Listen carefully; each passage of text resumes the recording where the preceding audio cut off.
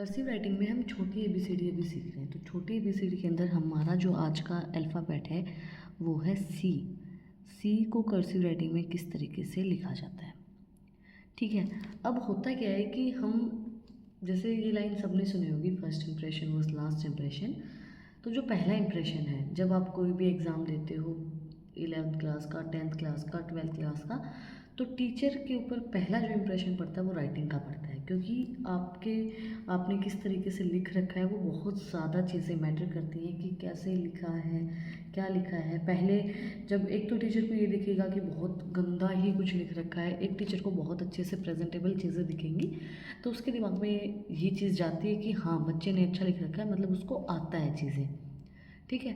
तो बहुत ज़्यादा इम्पैक्ट डालती है बहुत सी चीज़ें। अब जैसे मैं आपको एक चीज़ और सिखाती हूँ, जैसे हम वर्ड के साथ सी को सीखते हैं। एक नॉर्मली जो कैट लिखते हैं वो इस तरीके से लिखते हैं, मान लीजिए कैट अगर हम लिखते हैं तो वो इस तरीके से लिखेंगे। अब अगर हम कर्सिव राइटिंग में कैट लिखेंगे,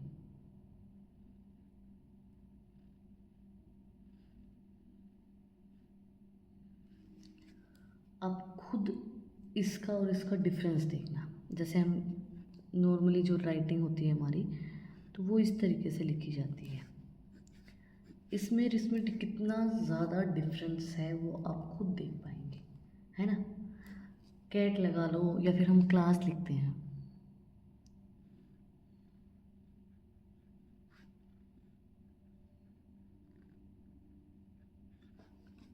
एक क्लास ये लिखी है मैंने, एक क्लास मैं ऐसे लिखती हूँ मान लो।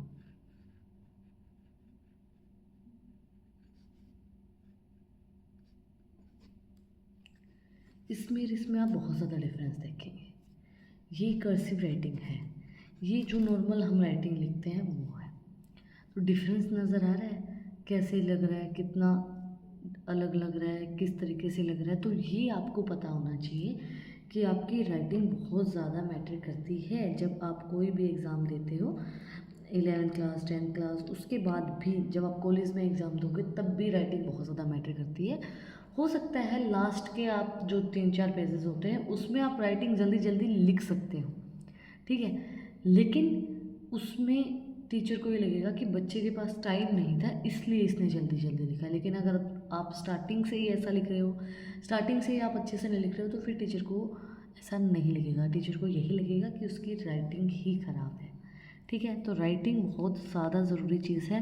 अब सी बनाते वक्त हमें कौन कौन सी चीज़ों का ध्यान रखना है, किस तरीके से बनाना है, क्या बनाना है, ये हमें ध्यान देने वाली जो चीज़ है वो मैं भी आपको बता रही हूँ कि हमें सी में क्या क्या गलतियाँ करनी नहीं है, ठीक है।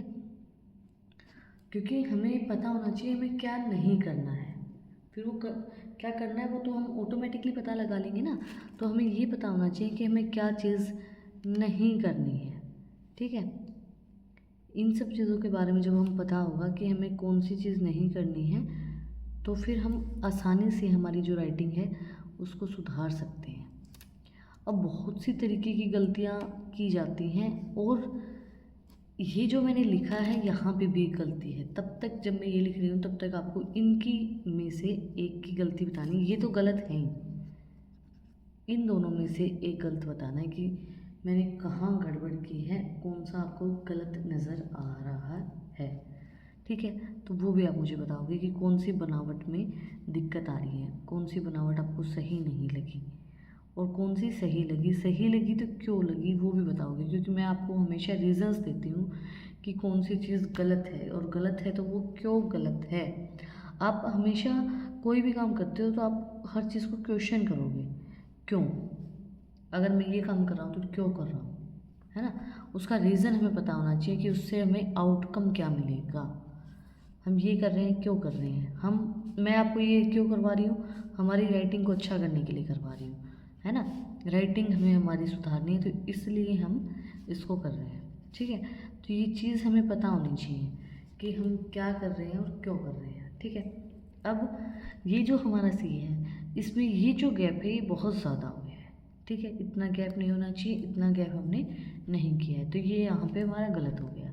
इस सी में पता है क्या होता है, जैसे जब हम सी बनाते हैं तो ये बनावट कुछ इस तरीके से बनेगी, ये बनावट कुछ इस तरीके से बनेगी, ये जो चीज़ है यहाँ पे ये ज़्यादा ही बैंड हो रही है यहाँ से, तो ये हमारा गलत हो गया।